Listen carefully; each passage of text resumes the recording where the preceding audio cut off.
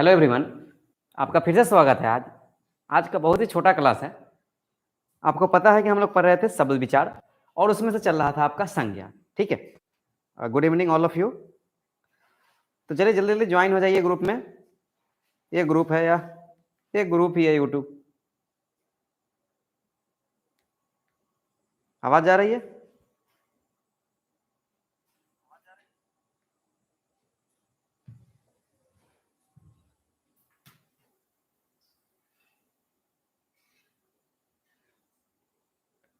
बताएंगे कमेंट करके। ठीक है, थैंक यू। Good evening. आइए हम लोग ज्वाइन हो गए, अब आगे बढ़ते हैं। तो जैसा कि आज हम भाग 10 में हैं शब्द विचार के, आपको पता होना चाहिए कि शब्द विचार का चल रहा है आज भाग 10।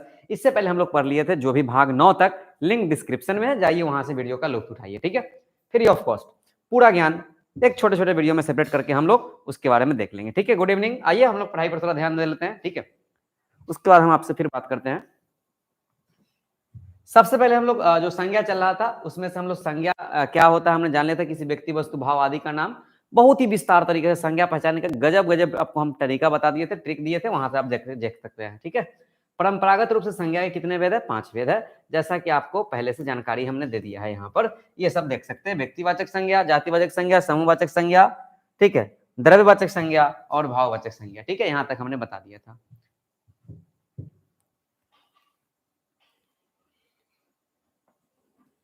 वीडियो क्लियर है ना? बताएंगे थोड़ा कमेंट करके, कोई परेशानी तो नहीं है? और यहां तक किन्हीं को दिक्कत तो नहीं है? पूरे भेदों को हम खत्म कर लिए थे, संज्ञा के 5 भेद, व्यक्तिवाचक, जातिवाचक, समूहवाचक, द्रव्यवाचक और भाववाचक। ये पांचों संज्ञाओं के भेद को हमने समाप्त किया था। ठीक है, क्या यहां तक कोई परेशानी है? पांचों भेद का डिफिनीशन, उसका एग्जांपल्स माइंड में सेट हो गया? क्योंकि बोर्ड एग्जाम में आपसे जब पूछेंगे तो क्या पूछने वाला को पता है, एग्जांपल से रिलेटेड बात ही पूछेंगे। एग्जांपल रिलेटेड बात पूछेगा तो आपको उसी को टच करना है, एग्जांपल्स पर ज्यादा ध्यान रखें। ठीक है, कौन किसके अंतर्गत आएंगे। ठीक,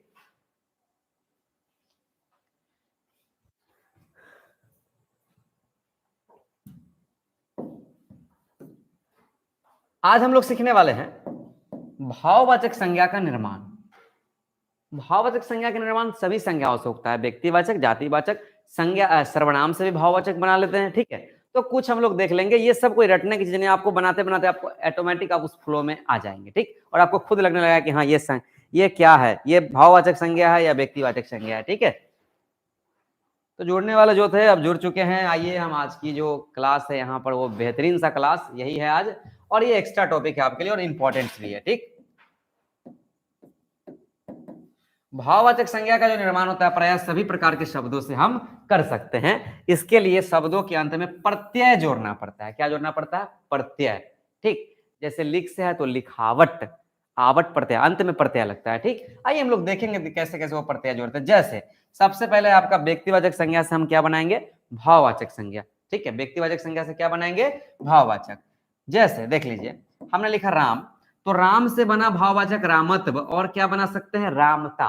ठीक है, यही इसको याद रखिए, रामता। राम का भाववाचक संज्ञा क्या हो गया? रामता। उसी प्रकार शिव से बनाना हो तो शिवता। क्लियर है? ठीक है, देव से बनाना हो देवता। बस, तो देव तो यहाँ व्यक्तिवाचक की श्रेणी में नहीं आएंगे ना, थोड़ा ध्यान रखेंगे। देव जातिवाचक श्रेणी, क्योंकि देव कहने से पूरे भगवान का बोध हो जाएगा। और एग्जाम्पल से आपके लिए चिंता नहीं कीजिए। नारद, नारद मुनि, नारद से बनाना है तो क्या करना पड़ेगा? नारदी करना होगा। अकबर से अकबरी। ठीक है, नादिर शाह से क्या हो जाएगा? नादिर शाही। जो हम फ्लो में बोलते हैं उसके आधार पर भी हम पता कर सकते हैं कि हाँ ये संज्ञा है, और इसका जब हम कुछ लगा देते हैं, जैसे नौकर शाह से क्या हो जाएगा? नौकर शाही। ठीक, नादिर शाह से क्या हो जाएगा? नादिर शाही। अकबर का क्या हो जाएगा? अकबरी। नारद का क्या हो जाएगा? नारदी। ठीक है, ऐसे करके हम क्या कर सकते हैं? व्यक्तिवाचक संज्ञा से किसको कन्वर्ट कर सकते हैं? भाववाचक संज्ञा में कन्वर्ट कर सकता है। ओके, अब है कि जातिवाचक संज्ञा से हम भाववाचक संज्ञा कैसे बनाएंगे। पहला हमने सीखा व्यक्तिवाचक से भाववाचक। ठीक, अब हमें जातिवाचक संज्ञा दिलाएगा। जैसे देखिए अंग्रेज, अंग्रेज से भाववाचक क्या बना? अंग्रेजियत। नर से क्या बना? नरता या क्या? नरत्व। आदमी से क्या बना? आदमियत। ठीक है, नारी से क्या बना? नारीत्व। पिता से क्या बना? पितृत्व। यानी यहाँ क्या दिख रहा है, आदमी से आदमियत बन गया, नारी से नारीत्व बन गया, पिता से पितृत्व बन गया। ये एक फ्लो में जब ही इसको आप ज्यादा से ज्यादा जब इसके एग्जांपल्स को आप पढ़ेंगे तो आपको ऑटोमेटिक माइंड में सेट होते जाएगा कि हम कैसे इसको बना सकते हैं। ठीक, 4 ऑप्शन रहेंगे, वहां से आप क्लियर हो सकते हैं। प्रतिनिधि से बनाना तो क्या होगा, प्रतिनिधित्व। ये सब शब्द आप अपने दैनिक जीवन में यूज करते हुए सुनते होंगे। ठीक, तो यहाँ प्रतिनिधित्व, खेती, ये सब क्या हो गया, भाववाचक संज्ञा। खेती करते तो भाव बताता, अवस्था को बताएगा। खेत क्या हो जाएगा इसका, जातिवाचक संज्ञा। ओके, और इसके एग्जाम्पल लिए हैं गुरु। गुरु से क्या होगा, गुरुता, या क्या बना सकते हैं, गुरुत्व। पुरुष से पुरुषत्व या क्या, पीरस। ध्यान रखेंगे। दास से क्या बनेगा, दासता। आप ऑटोमेटिक उस शब्द से आप परिचित हो जाएंगे। ठीक, बाप से क्या बनेगा, बपौती। ठीक है, बाप से क्या होगा, भाववाचक संज्ञा बाप का, बपौती। सुनते होंगे ना कि ये तुम्हारा बपौती है। बपौती मतलब क्या, वो बाप का दिया हुआ। ठीक, युवक, युवक से क्या बनेगा, यौवन। बूढ़ा से, बूढ़ा का क्या बनेगा, भाववाचक, तो जानते हैं आप, बुढ़ापा नहीं, बुढ़ापा बोलेंगे नॉर्मली। राष्ट्र से क्या बनेगा, राष्ट्रीयता। याद रखिएगा, राष्ट्र से राष्ट्रीयता भी यही है। राष्ट्र अपना जो है जातिवाचक है और राष्ट्रीयता जो है क्या है, भाववाचक संज्ञा है।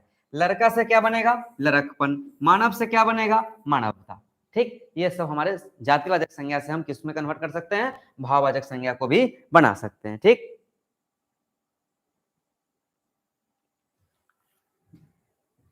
उसके बाद सर्वनाम से कुछ भाववाचक संज्ञा को भी हम क्लियर कर सकते हैं। किससे, सर्वनाम से। जैसे अहम से हो जाएगा अहंकार, अपना से हो जाएगा अपनापन।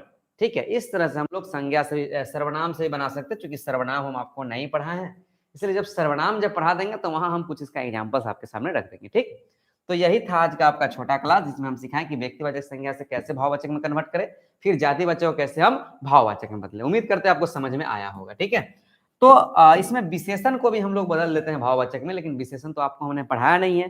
तो जब हम आपको विशेषण पढ़ाएंगे तो वहां आपको हम इसके बारे में हम चर्चा कर लेंगे कि विशेषण से हम लोग कैसे भाववाचक संज्ञा में कन्वर्ट करें। ठीक, तो उम्मीद करते हैं आपको ये वीडियो समझ में आया होगा। अगर वीडियो क्लियर समझ में आया तो एक छोटा सा कमेंट कर दीजिए वीडियो के बारे में कि हाँ आपको कैसा लगा, और यदि कोई परेशानी है तो आप हमें बताएंगे।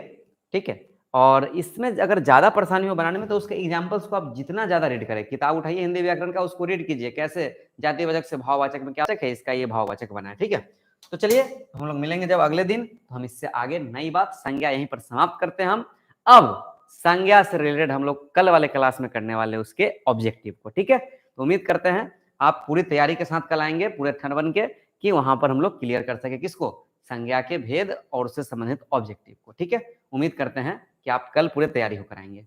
ठीक है, चलते हैं, हम मिलेंगे अगले दिन जहां ऑब्जेक्टिव होगा संज्ञा संबंधित। Thank you.